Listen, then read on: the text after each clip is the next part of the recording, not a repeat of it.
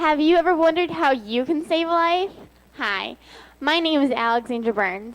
I'm from the West Sears Sunbeams in Mitchell County, Iowa.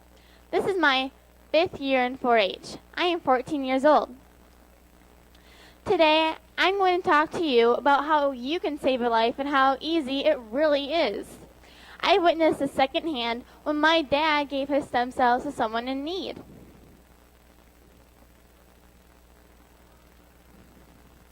The history of bone marrow donation began in 1979 when Laura Graves was diagnosed with leukemia. None of her relatives could be a match for her, so she had to take on an unrelated donor. This unrelated donor worked, so she lived another year and a half because of it. Her father, Colonel Robert Graves, was inspired, and so he began the National Marrow Donor Program. There are 2 ways to donate bone marrow or stem cells. The first one is peripheral blood stem cell donation. It's what my dad had, and it's most common. Marrow donation is least common. Now, you get marrow from your long bones, which include in your arms, and in your legs, and in your pelvis area. Now, you get stem cells from your mid-left vein. A young community member in St. Ansgar, Iowa, was diagnosed with leukemia. So other community members and my parents went to go have their cheek swab. There are 2 ways you can get your cheek swab. You can order from online, or you can go to a drive like my parents did. Here's what a cheek swab looks like. You would do this generally 4 times, but today I'm just going to do it once. So you take the swab from the packet, and you swab in the middle of your cheek. Then, you place it inside of a swab kit like this, and you give it to the person at the drive, or you send it back into where you got it from. Now, generally, your swabs would be tagged, so I know which ones is yours. Now, the reason that we swab the cheek is to get DNA off our cheeks. Plus, and it's the easiest way to do so. A couple of months later, my dad was contacted about being a possible match from an unrelated donor. So, my dad went to the Mitchell County Regional Health Center in Osage, Iowa. He had to undergo testing and get 15 vials of blood. It was then sent to the University of Iowa Hospital and Clinics. My dad was later pronounced a perfect match.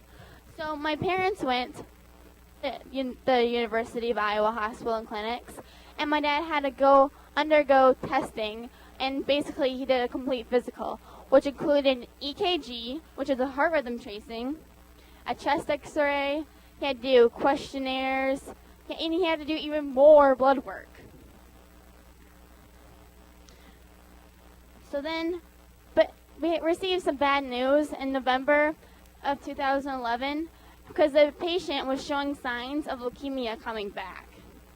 My dad was asked to be put on hold, and we waited until April of 2012, and then we were contacted again about being a possible match, because the patient was in remission.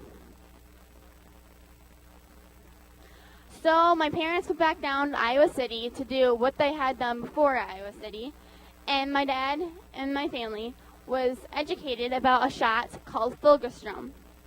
Filgrastim increases the amount of stem cells that you produce. So my dad would take this 4 days prior to a stem cell donation. My dad had some minor side effects while taking filgrastim, which included a minor headache. He had some fatigue. He had some minor back pain. But he was still able to go to work every single day.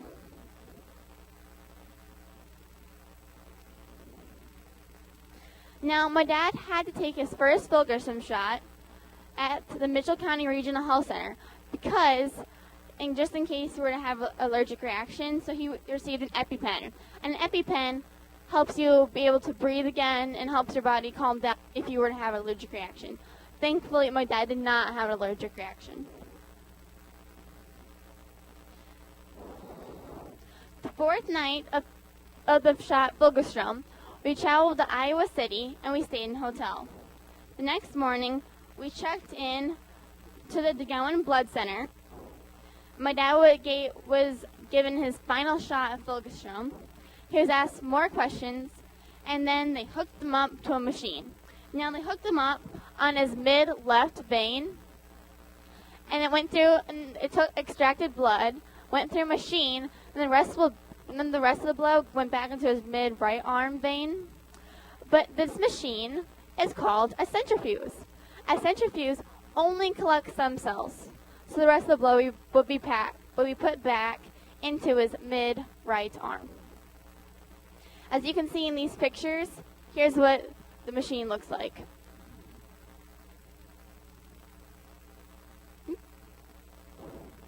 Now, the whole time, during this 4-hour process, my dad had to lay like this. So the whole time, he was laying in this bed, like this, all sprawled out, watching TV and listening to music. And so he couldn't move his arms, so it was quite funny because he would have to itch his face or something like that, and my mom would have to do it for him or something. It was crazy. When the donation was over, here's what this bag looked like. As you can see in these salmon color pictures, these are only stem cells. It's not the blood, it's just the stem cells. And so, then the stem cell bag will be placed inside of a Ziploc bag. The Ziploc bag then went inside a cardboard box.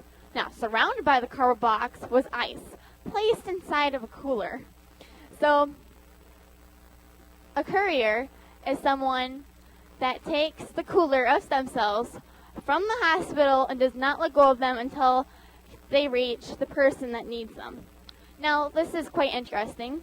4 different people that work at the University of Iowa Hospital and Clinics must check the identification number on the bag just to make sure it's going to the correct person. Reimbursement. The cost is totally free to donate your stem cells, unless you give donations, of course. They pay for your hotel stay, they pay for your gas, they also pay for your lost wage of your job. They also pay for your parking spot at the hospital. So the only thing that's really costing is your time. Now, depending on the place, another fun fact, depending on the place that you give your stem cells to, sometimes you might not hear back. So in our case, we don't know how the person from a different country is doing because the country's security is so tight that they won't tell us anything. But some countries might. Here's some fun facts. More than 10,000 patients in the United States are diagnosed with life-threatening diseases each year, so they must rely on an unrelated donor or a cord blood unit. Now, what's a cord blood unit? A cord blood unit is an umbilical cord from a baby, and it is full of stem cells. So sometimes people can't find an unrelated donor, so they'll use a cord blood unit. 100 local and regional recruitment organizations are hosted each year. The need for plans is increasing. You could donate stem cells twice in your life, and over the age of 18 is recommended to donate, and under the age of 44.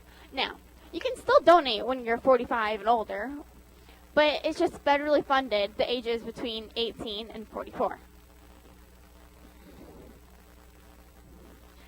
In conclusion, I hope you have learned about stem cell donation and how easily you can save a life. I hope next time you hear about stem cell donation, you go and hope that you are a perfect match. This is the website to go to get your own swab kit. Go to www.marrow.org.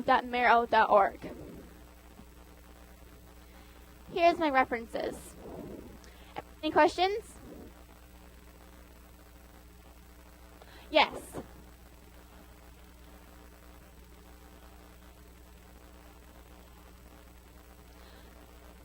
The question is, how long was it until my dad could go back to his regular activities? He is better by a day. Just a day of resting, and after the donation, you don't feel like eating much, but you're still, I mean, you feel fine. You're just not your complete self. But he's still, able to go to work the day after his donation. So, yes. The question is, why can you only donate twice? See, and I believe that is because you only have so many, like, you keep reproducing stem cells, but twice is the most healthiest way to do it. Yes. What the question is, what does stem cell donation do for people? Good question.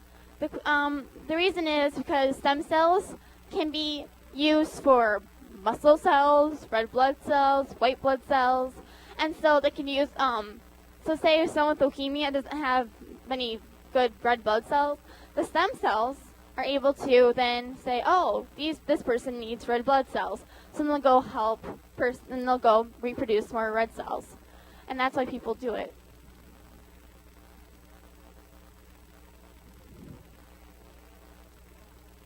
The question is, how long does DNA stay in the swab? It's a good question. I'm not for sure. I'll have to look it up for you. But before we end, I have some pamphlets to pass out. Is there any more questions?